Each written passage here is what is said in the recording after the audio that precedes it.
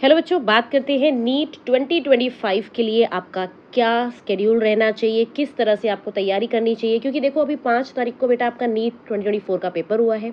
बहुत सारे बच्चे ऐसे होंगे जिनका पेपर अच्छा नहीं गया होगा और बहुत सारे ऐसे भी होंगे जिनका इस बार सिलेक्शन हो जाएगा। तो I am very happy for दो स्टूडेंट्स जिनका इस बार सिलेक्शन हो रहा है। पर जिनका नहीं हो रहा है या किसी भी तरह से अगर उनके मार्क्स कम रह गए हैं, तो इसका मतलब कहीं ना कहीं बेटा आपकी तैयारी में कमी थी, है ना। इस बात को मानते हैं सब। दूसरी चीज़, अब है नीट 25। अब आपको परेशान नहीं होना है, जो टाइम जा चुका है वो हमारे हाथ में नहीं है बेटा। पर अब अपना साल ना वेस्ट करें। आज हो चुकी है 16 मई, समझ रहे हैं, 16 मई हो चुकी है। आपके लिए पूरा 1 साल बचा हुआ है। आप अभी भी अपनी तैयारी जोर शोर से करते हैं, डेडिकेटेड होके करते हैं, ठीक है, और मन लगा के करते हैं, तो आप भी नीट 2025 में सिलेक्शन ले सकते हैं। और ड्रॉप लेना कोई गलत बात नहीं है बेटा। जो बच्चे ड्रॉपर हैं उनके लिए बोल रही हूँ, ड्रॉप लेना कोई गलत बात नहीं है। जो काम आपको आगे लाइफ में अपना करना है, जो करियर बनाना है, उसके लिए तो आप टाइम निकाल ही सकते हैं ना। उसके लिए टाइम देने में क्या प्रॉब्लम है, ठीक है। सो इस वीडियो में मैं आपसे बात करना चाहती हूँ कि जो जो बच्चे ड्रॉपर हैं, जो इस बार ड्रॉप लेना चाह रहे हैं, उनका मन बना रहे हैं ड्रॉप लेने का, या जो बच्चे 11th परसुइंग है, जो 12th में है अभी, वो किस तरह से अपना ये पूरा ईयर प्लान करें ताकि आपका सिलेक्शन जो है वो आप कंफर्म कर ले, ठीक है। तो देखिए बेटा, अभी मई 24 चल रहा है और आपका पेपर होगा मई 25 में। तो आपके पास ऑलमोस्ट 1 ईयर है ना, प्रॉपर 1 ईयर आपके पास बचा हुआ है। 3 कैटेगरी के बच्चे जो हैं ये मेरी वीडियो देख रहे होंगे। आप 11th में भी हो सकते हैं, आप 12th में भी हो सकते हैं, और 11th परसुइंग को देना है 2026 वाला। तो उनके पास अभी 2 साल का टाइम है, ठीक है। जो 12वीं क्लास में है ना, वो 2 कैटेगरी के बच्चे हो सकते हैं। कुछ ऐसे जिनकी 12th अभी बहुत अच्छी चल रही है और उन्होंने 11th में भी बहुत अच्छा परफॉर्म किया, तो वो अपना सही से बैलेंस बना के चल रहे हैं। कुछ बच्चे ऐसे होंगे जो 12th में तो आ गए जैसे जैसे धक्के खाते हुए, पर उनकी 11th पूरी बर्बाद है। उन्होंने 11th में कुछ पढ़ाई नहीं करी, क्योंकि 11th में तो स्कूल्स में वैसे ही पास कर दिया जाता है। उनको पता है कि चल पास हो जाएंगे, 12वीं में जाके पढ़ लेंगे, क्योंकि उनको ऐसा लगता है कि भाई NEET is just a simple thing. तो उन्होंने अपना पूरा 11th बर्बाद कर लिया। अब उनकी बची 12th। अब 12th भी अगर वो सीरियस नहीं होंगे वो भी बर्बाद हो जाएगी। तो ऐसे नीट नहीं निकलेगा। और अगर आपकी 11th खराब हो भी गई है, कोई दिक्कत नहीं है, 1 साल में आप दोनों ईयर्स अपने संभाल सकते हैं। 11th भी कर सकते हैं रिवाइज, 12th भी कर सकते हैं, ठीक है। और तीसरी कैटेगरी के बच्चे जो मेरी वीडियो देख रहे होंगे वो हैं ड्रॉपर बच्चे। तो मैं आपका ज़्यादा टाइम ना लेते हुए आपको फटाफट ये बता दूंगी कि आपको अपना कैसे ईयर प्लान करना है, क्या स्केड्यूल बनाना है, किस तरह से काम करना है, ताकि आप भी अपना सिलेक्शन कंफर्म कर सकें, ठीक है। आपको निराश नहीं होना, चाहे आपका 11th बर्बाद हो गया, चाहे आपकी 12th बर्बाद हो रही है, जो भी कुछ हो रही है। बट आज भी अगर आप इस वीडियो को देख के थोड़ा सा मोटिवेटेड हो सकते हैं, अगर आप कर सकते हैं, अपना मन बना सकते हैं कि हाँ भाई मुझे तो करना है, तो आप बिल्कुल कर सकते हैं, ठीक है। आप कर सकते हैं बेटा, हर बच्चा कर सकता है। और जो नीट का एग्ज़ाम है ये, it's all about planning, it's all about dedication, it's all about seriousness. Knowledge सबकी बराबर होती है बेटा। 720 वाले बच्चे की भी नॉलेज बराबर है, 715 वाले की भी उतनी नॉलेज है, 710 वाले की भी उतनी नॉलेज है। बट आप कितने डेडिकेटेड है, आप कितने काम रहते हैं, आप कितने अच्छे से अपनी तैयारी करते हैं, कितना सीरियस है, वो डिसाइड करता है आपका सिलेक्शन है कि नहीं, ठीक है। तो फटाफट बात कर लेते हैं। सबसे पहले आपका 1 ईयर स्टडी प्लान किस तरह का होना चाहिए।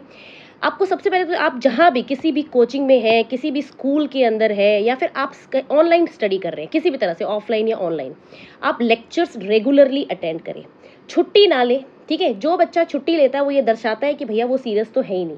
क्योंकि अगर आपके लाइफ में अपने एग्जाम, अपने सिलेक्शन से ज़्यादा ज़रूरी अगर कुछ और चीज़ है, शादियाँ, पार्टियाँ, तो बेटा आप छोड़ दीजिए, ये आपका काम नहीं है, ठीक है। तो अपने जो भी लेक्चर्स है उसको अटेंड करो रेगुलरली, ऑफलाइन है ऑनलाइन है जैसे भी है। रेगुलरली नोट्स बनाइए और सीरियसली नोट्स बनाइए। और नोट्स का मैं ये बोलूँगी कि जैसा टीचर करवा रहा है वैसे नोट्स बनाइए, मतलब अपना दिमाग लगाने की कोशिश ना करें। कई बच्चे ऐसे होते हैं, उनको ये लगता है कि नहीं भाई एनसीईआरटी से आती है बायो, तो हम क्यों टीचर की बात सुने, हम क्यों ये सब लिखे। मैं बता रही हूँ, टीचर को बहुत एक्सपीरियंस है। आपको बेटा जो भी टीचर पढ़ा रहा है, ऑनलाइन पढ़ा रहा है, ऑफलाइन पढ़ा रहा है, वो आपको एक्स्ट्रा ज्ञान क्यों ही देना चाहेगा। तो टीचर आपको जो भी कुछ करवा रहा है उसको सीरियसली फॉलो करो, उसको नोट्स बनाओ, प्रॉपर नोट्स, कोई भी टॉपिक मिस ना हो, क्योंकि क्या पता आपने जो टॉपिक मिस किया वहीं से पेपर आ जाए।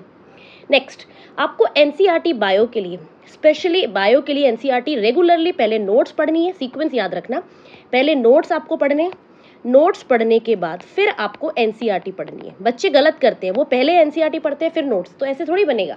एनसीईआरटी की लाइन समझ ही नहीं आएगी। पहले टीचर ने क्लास में क्या नोट्स पढ़ाए उनको पढ़ो, वो आपको समझ आ गए थे क्लास में भी, आपने रिवाइज कर लिए, वो और अच्छे से आपके दिमाग में स्टेबल हो चुके हैं। फिर आप एनसीईआरटी को रीड करो, ठीक है। एनसीईआरटी की लाइन्स को इतने जबरदस्त तरीके से रीड करो थॉरोली, एक एक लाइन को हाईलाइट करते हुए, जो आपको लगता है ये जरूरी है। पूरी बुक को नहीं रंगना है आपको, पर जो इंपॉर्टेंट लाइन लगती है उसको हाईलाइट जरूर कर लीजिए पहली रीडिंग में। क्योंकि बच्चे हाईलाइट नहीं करते, बुक बिल्कुल साफ रखते हैं, फिर नेक्स्ट रीडिंग में उनको बिल्कुल फ्रेश से स्टार्ट करना होता है। अगर आप हाईलाइट करते जाएंगे अपना पार्ट, तो जब आप नेक्स्ट रीडिंग के लिए आओगे रिवीजन के टाइम पे, तो आपको हाईलाइटेड पार्ट्स पे आपकी नजर जाएगी कि भाई ये लाइन मैंने हाईलाइट क्यों करी, इसका मतलब यहाँ पे कुछ ज़रूरी पार्ट है।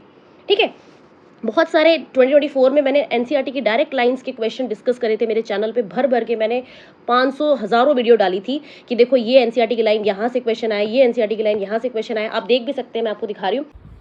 हेलो बच्चों, बात करते हैं एक और नए क्वेश्चन की। 2016 में पूछा गया था, ये भी molecular basis of inheritance chapter का क्वेश्चन है। इसमें पूछा था डीएनए डिपेंडेंट आरएनए पॉलीमरेज। तो इसका मतलब किस एंजाइम की बात कर रहा है, ये आरएनए पॉलीमरेज की, और वो डीएनए पे ही तो डिपेंडेंट होती है, डीएनए का ही तो सीक्वेंस लेके आरएनए बनाती है। तो ये पूछ रहे हैं it कैटलाइजेस the transcription on one strand of the DNA which is called. तो ये डीएनए का एक स्ट्रैंड कैटलाइज करती है। 108 पेज नंबर पे सबसे ऊपर अगर आप देखेंगे कि since the two strand have opposite polarity DNA की, तो जो DNA dependent RNA polymerase enzyme है also catalyse polymerisation in only one direction, 5 prime to 3 prime, है ना। और the strand has polarity 3 to 5, क्योंकि ट्रांसक्रिप्शन होनी है 5 to 3 डायरेक्शन में, तो जो स्ट्रैंड जिसको वो कॉपी करेगा वो 3 to 5 डायरेक्शन में होना चाहिए, और उसका नाम है टेम्पलेट। टेम्पलेट का दूसरा नाम नॉन कोडिंग भी है ना। तो टेम्पलेट का दूसरा नाम नॉन कोडिंग भी है। अगर आपसे इस बार क्वेश्चन पूछेंगे उसमें टेम्पलेट ना देकर नॉन कोडिंग दिया है, आप वो भी कर सकते हैं। तो इसका आंसर, तो इस तरह से करिए, एक एक लाइन एनसीईआरटी की करिए, और मैं आपको साथ साथ आपके प्रिपरेशन में आपके साथ रहूंगी, हमेशा आपको बताती रहूंगी यहाँ से क्वेश्चन आता है, यहाँ से क्वेश्चन आता है। और मैं आपको गारंटी दे रही हूँ, मैंने जो वीडियोस करी थी उसमें से लगभग पेपर उन्हीं वीडियोस में से आया था। ठीक है, मैं आपको थोड़े दिनों में दिखाऊंगी भी उसका जो है एग्जाम्पल। तो इस तरह से आपको हाईलाइट कर रहा है। ठीक है, उसके बाद क्या करना होता है आपको, नेक्स्ट स्टेप होता है आपका कि आप प्रैक्टिस करिए क्वेश्चंस। क्वेश्चंस प्रैक्टिस नहीं कर रहे बेटा, तो आप जीरो पे चले गए, जीरो, आप हीरो नहीं बन सकते। तो आपको प्रैक्टिस करनी पड़ेगी क्वेश्चंस की, सबसे ज़रूरी। क्वेश्चन आप कहाँ से करें मैडम, आप किसी कोचिंग में पढ़ रहे हैं वहाँ का मॉड्यूल होगा, आप किसी गूगल की साइट से, जैसे बहुत सारी साइट्स होती है वहाँ से आप कर सकते हैं। ठीक है, जहाँ पे क्वेश्चंस अच्छे हो, ऑथेंटिक क्वेश्चंस हो, वहाँ से कर सकते हैं।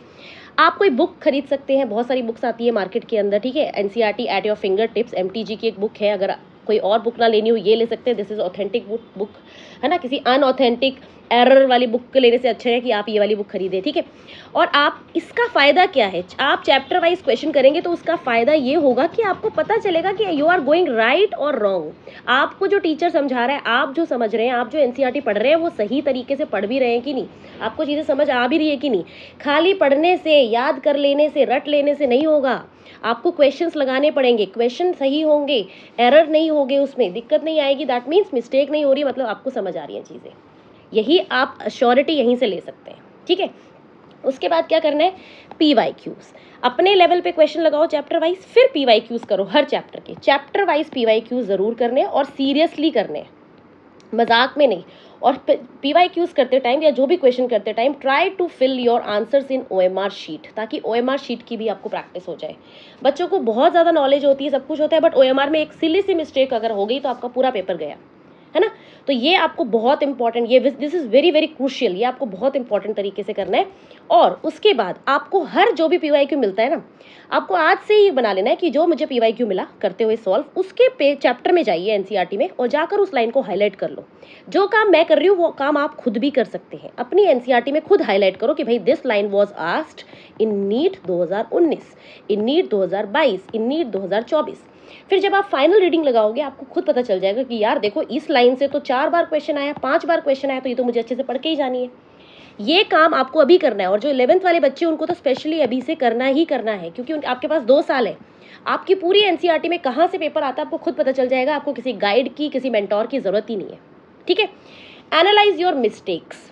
ठीक है, जब भी आपको, और ये देखो मैंने यहाँ बता रखा है ऑल PYQ हाईलाइटेड एनसीईआरटी मेरे चैनल पे अवेलेबल है, मैंने हर चैप्टर की जो है वीडियोस बना के डाली हुई है, आप वहाँ से भी देख सकते हैं, लिंक आपको मिल जाएगा डिस्क्रिप्शन बॉक्स में। ठीक है, अब देखो हमारे पास, आपको जब पेपर कर रहे हो मिस्टेक्स तो होगी, ऐसा तो कोई धुरंधर है नहीं, मिस्टेक होंगी नहीं। मिस्टेक जब भी होती है, मिस्टेक को बैठ के आधा घंटा 1 घंटा ज़रूर एनालाइज करो कि मेरे 20 क्वेश्चन में से 10 क्वेश्चन गलत क्यों हुए, 5 क्वेश्चन गलत क्यों हुए, उनका आंसर क्या होना चाहिए। नहीं आता टीचर से पूछो, फिर भी नहीं पता चल रहा है एनसीईआरटी में देखो। ठीक है, तो आपको ज़रूर आंसर मिल जाएगा। और अपनी एक मिस्टेक नोटबुक बनाओ कि भाई जब मैंने इस चैप्टर के, जैसे सेल चैप्टर है, सेल चैप्टर के जब मैंने 50 क्वेश्चन करे थे तो मेरे 10 क्वेश्चन उसमें से गलत हुए, और वो मेरे ये क्वेश्चन है। जब नेक्स्ट टाइम आप सेल चैप्टर के क्वेश्चंस करोगे तो आपको देखना है कि भाई वही क्वेश्चन तो बार बार मेरे गलत नहीं हो रहे। अगर वही क्वेश्चन गलत हो रहे दैट मीन्स आपको उस टॉपिक को वापस से रिवाइज करने की जरूरत है, वापस से समझने की जरूरत है। This is the way you have to prepare ऐसा नहीं कि भीड़ चाल में बस चल पड़े, किताब उठा के बैठे हैं 10 घंटे और कुछ दिमाग में जा नहीं रहा, वो वाला नहीं करना है। कम पढ़िए बेशक, इफेक्टिव पढ़िए, ठीक है। तो ये आपको करना है।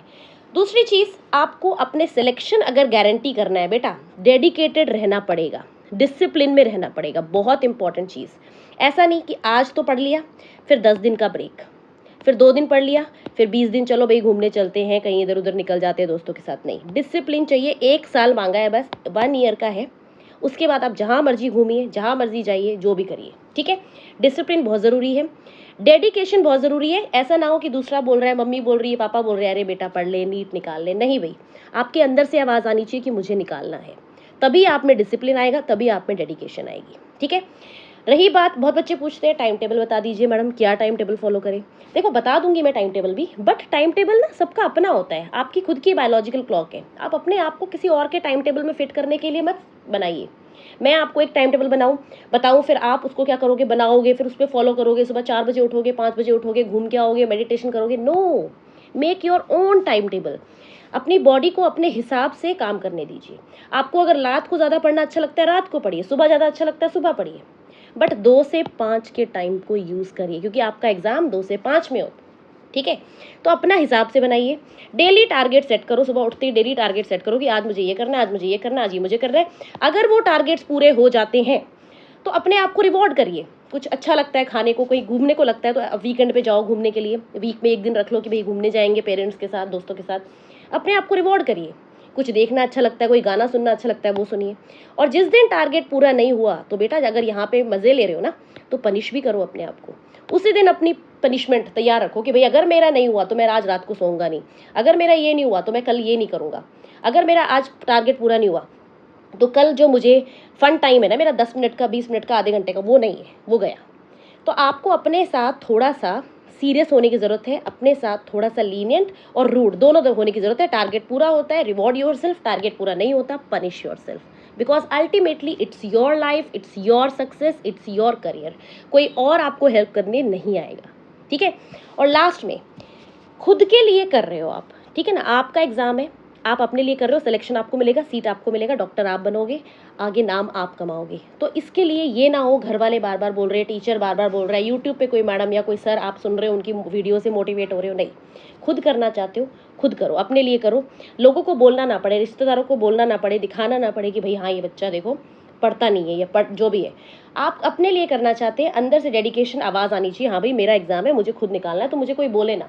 मैं हर चीज़ अपने हिसाब से, अपने पैटर्न से सही तरीके से करूँगा, ताकि मेरा सिलेक्शन मेरे हाथ में रहे, ठीक है। तो ये सारी चीज़ें जो है मेरे को आपके साथ डिस्कस करनी थी, ताकि आप, बहुत सारे बच्चे रिक्वेस्ट कर रहे थे, तो आप लोग बस इन चीज़ों को फॉलो कर लीजिए बेटा, सिलेक्शन कहीं नहीं जाएगा, सिलेक्शन आपके पास है, ठीक है। और अब मैं बहुत जल्दी कंटेंट भी लेकर आ रही हूँ यूट्यूब पे, पूरा आपको बायोलॉजी का कंटेंट अवेलेबल होगा 11th एंड 12th का, फ्रॉम नेक्स्ट वीक मंडे से हम स्टार्ट कर रहे हैं, 20 डेट है आई थिंक, उससे आपको पूरा कंटेंट मिलेगा। तो जो बच्चे मेरे से पढ़ना चाहते हैं या जो चाहते हैं कि मैं मेरे से बायो करनी है, तो आप मेरे को फॉलो कर सकते हैं यूट्यूब पे ही। लाइव लेक्चर्स, रिकॉर्डेड लेक्चर्स दोनों फॉर्म में आएंगे, ठीक है। और अपना बस तैयार हो जाइए, बैटल है ये, इसको निकालना है किसी भी तरह से और जान लगा देनी है, ठीक है। तो आपको मैं मिलती हूँ फिर बहुत जल्द, मेरे चैनल पे वीडियोस आएंगी उनमें, और एनसीईआरटी से रिलेटेड बहुत सारा कंटेंट मैंने डाला हुआ है मेरे चैनल पे, शॉर्ट्स के फॉर्म में, वीडियो के फॉर्म में, उनको आप देख सकते हैं। तब तक इस तरह की और वीडियोस आती रहेंगी चैनल पे, तब तक अपनी पढ़ाई करते रहिए, खुश रहिए। Thank you so much.